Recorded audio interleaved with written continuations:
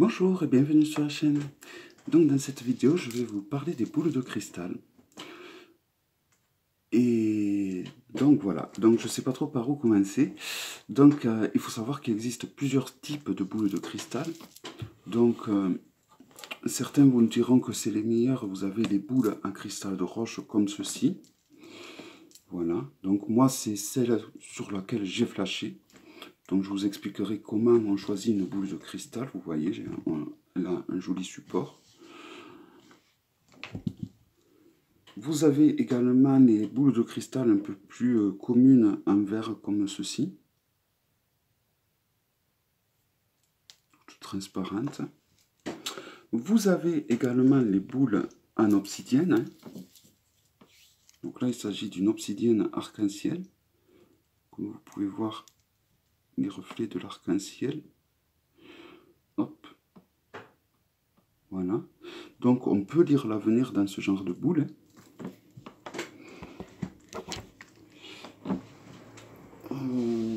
Vous pouvez également utiliser des cristaux de roche si vous avez des cristaux de roche. Par exemple, celui-là, c'est un cristal de roche avec lequel je pourrais lire l'avenir avec. Je peux m'en servir comme support de divination. Surtout que, comme vous pouvez le constater, il est vraiment très pur. Il est vraiment d'une pureté incroyable. Il est magnifique. Magnifique pour la divination. Donc, je pourrais vraiment l'utiliser. Donc, il y en a des plus petits, comme celui-là, qui est également très pur. Donc, on peut utiliser également pour la divination. Donc, moi, mon cœur s'est penché vers la boule de cristal, comme ceci. Donc, déjà, si vous voulez donc vous acheter une boule de cristal, ça va être un peu dur, ce que je vais dire, surtout de nos jours. Il ne va pas falloir forcément regarder le prix. Donc, si une petite comme ça vous attire, tant mieux. Si c'est donc un cristal de roche assez grosse comme ça, ce que je vous conseille, c'est de surtout pas en acheter une autre, en dépit de pouvoir vous acheter celle-là. Je vous conseille de mettre des sous de côté et de vous l'acheter quand vous avez mis suffisamment d'argent de côté. Il vaut mieux s'en priver pendant quelques temps et s'acheter celle qui nous appelle que en acheter une en dépit, parce que sinon ça ne marchera pas. Une fois que vous l'avez achetée, il vous faut bien la purifier.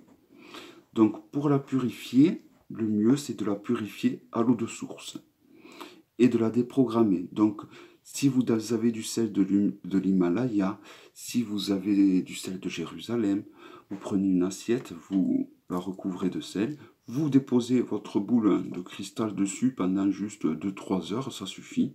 Et après, vous la rincez à l'eau courante. Donc, il faut que l'eau s'écoule le long de la boule. Et vous imaginez donc toutes les mauvaises énergies qui s'écoulent. Voilà, ça va déprogrammer la boule de cristal. Surtout si elle est comme ceci, un cristal de roche.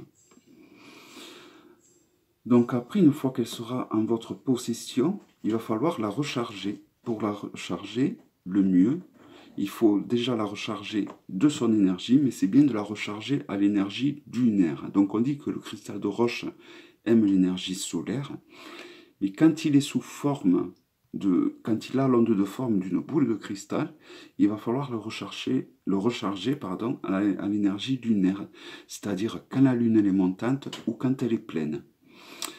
Une fois que ceci est fait, il va falloir le magnétiser de votre énergie, c'est-à-dire le toucher le plus souvent, le caresser, méditer avec, c'est-à-dire faire de la méditation, qu'elle soit pleine conscience ou pas. Moi, j'ai fait de la méditation pleine conscience avec ceci pendant au moins 2 ans, avant de passer le cap et de l'utiliser comme produit divinatoire, ou comme support plutôt divinatoire. Donc vous pouvez dormir avec, parce que comme je vous ai dit, il s'agit d'une onde de forme, donc même s'il est en cristal de roche, ça ne vous empêchera pas du tout de dormir. Donc vous la mettez sous votre oreiller, ou simplement vous dormez et vous y déposez votre main dessus. Voilà, vous la touchez régulièrement. Quand vous décidez de méditer, c'est bien de méditer, on dit le soir, moi c'est ce que je fais, toujours aux mêmes heures et toujours au même temps.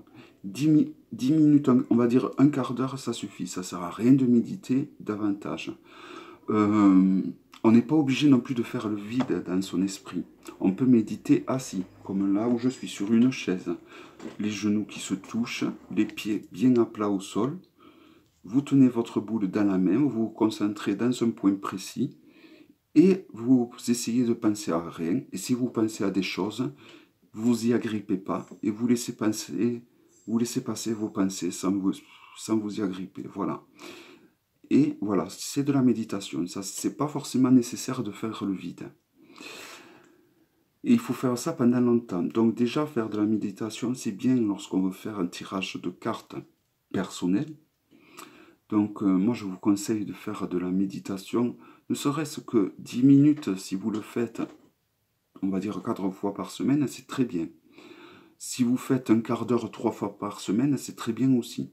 Moi, je sais que j'avais choisi l'option de un quart d'heure 20 minutes, ça dépendait 3 fois par semaine, et en général, je le faisais à 23 heures, il me semble.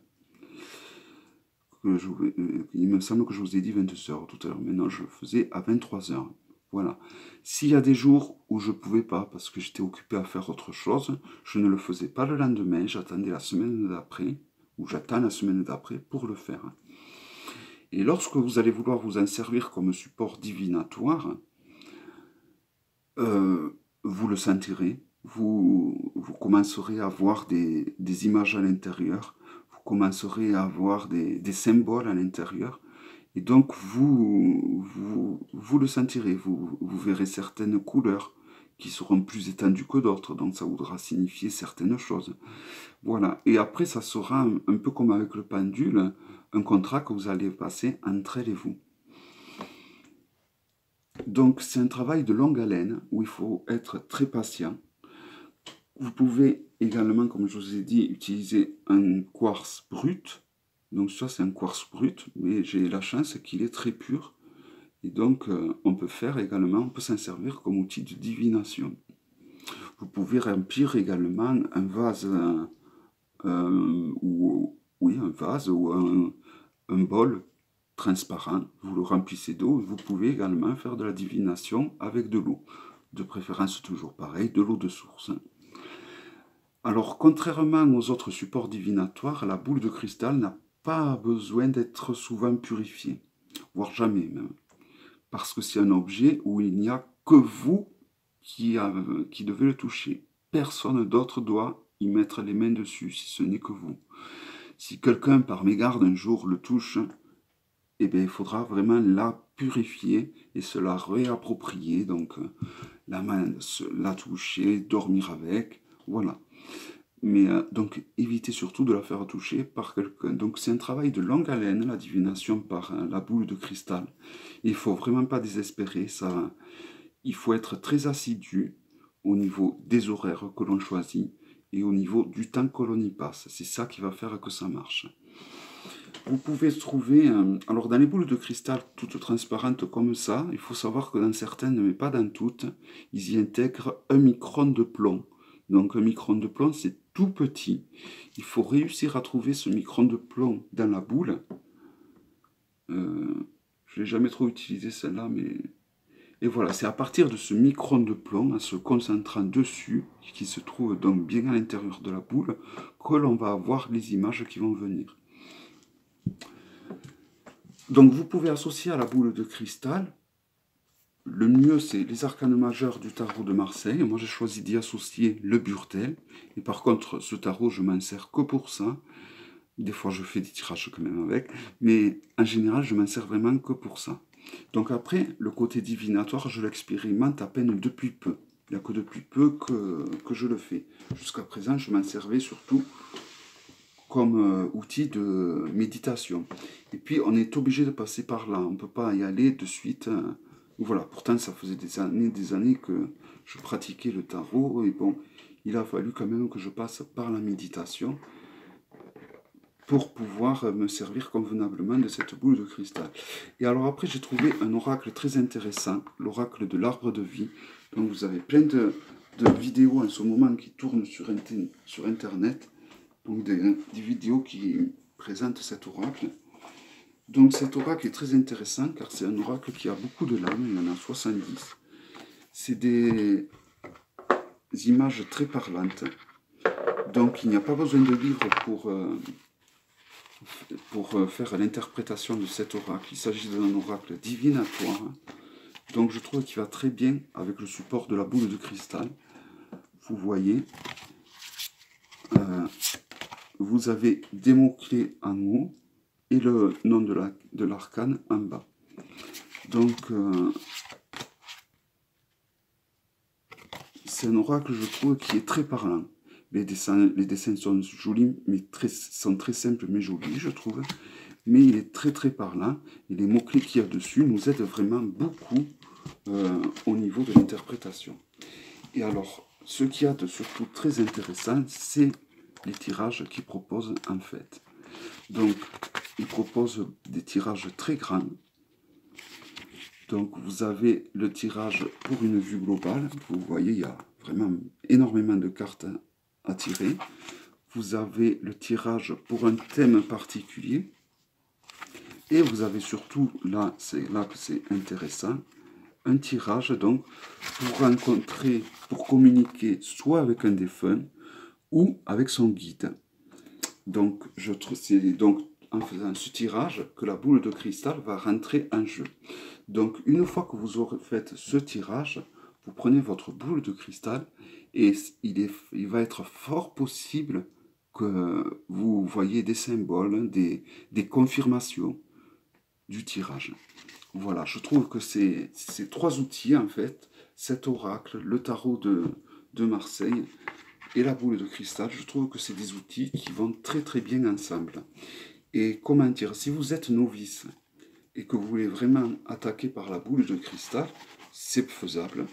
Mais c'est bien d'associer quand même, je pense, un jeu de cartes avant. Car commencer de suite par la boule de cristal, je pense qu'il faut quand même être éveillé, un minimum. Donc quand je dis éveillé un minimum, ça veut un peu rien dire. Hein. Je veux dire, il faut quand même avoir pratiqué un art, on va dire, ésotérique.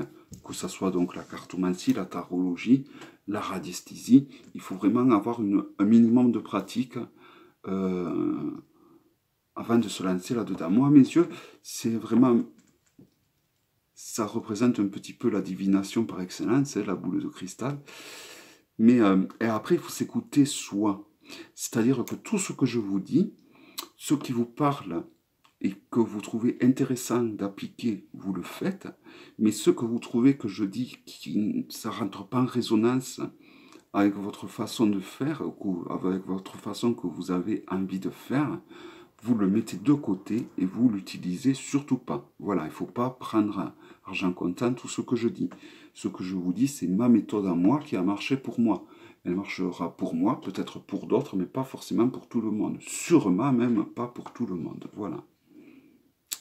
Voilà donc. Je recommande toujours les boules en cristal de roche. Hein. Si je devais choisir même entre une boule comme ça et un cristal de roche comme ça, bien évidemment, je choisirais le cristal de roche.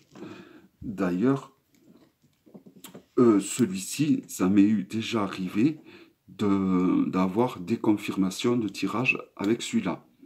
Voilà. Vous pouvez utiliser aussi, quand je vous avais parlé des crânes de cristal, donc le mien crâne de cristal est assez gros, et en plus il est assez pur au niveau du crâne, et donc on peut l'utiliser. Mais bon, moi je ne m'en sers pas pour cet effet-là. Voilà, je sais que j'utilise principalement cette boule de cristal à la divination et ce quartz de par sa pureté, sa limpidité, voilà. Et des fois même j'ai l'impression que j'ai plus de résultats avec ceci qu'avec ceci. Alors c'est étrange parce que le quartz est censé nous empêcher de dormir, Et celui-ci n'est pas du tout une onde de forme. Donc ce n'est pas du tout une boule, ce n'est pas du tout un crâne, ce n'est pas du tout un pentagramme, ce n'est pas du tout un solide de Platon. Mais pourtant, il ne m'empêche pas du tout de dormir. Je peux me le prendre donc sous mon oreiller et il ne va pas du tout m'empêcher de dormir. Alors, est-ce que c'est le fait que j'ai décidé de l'utiliser comme outil de divination? C'est fort possible également. Voilà, j'aurais pu utiliser celui-là. Mais voilà, celui-là, je le trouve quand même d'une pureté incroyable et donc j'ai opté pour le choix de celui-là. Voilà.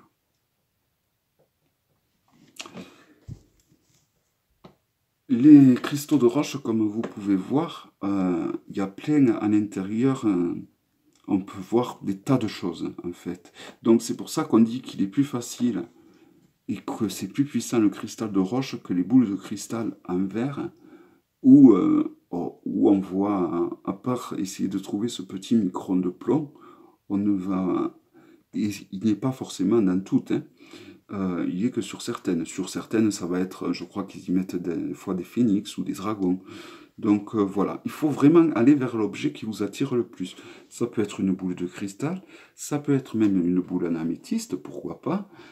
Mais les boules en améthyste, enfin, je sais pas, moi je ne vous conseillerais pas une boule en améthyste parce qu'elle nous protège des esprits.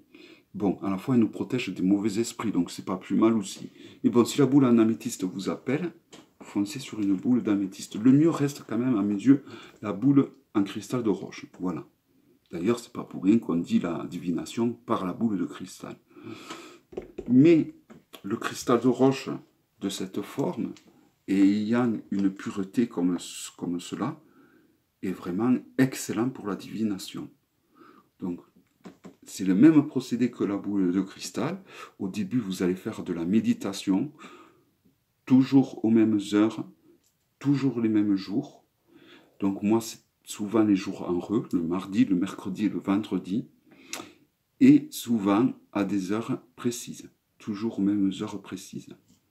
Voilà, donc j'espère que j'aurai pas été trop brouillon et que cette vidéo vous aura intéressé. Comme je vous ai dit, ne prenez pas argent comptant tout ce que je vous ai dit.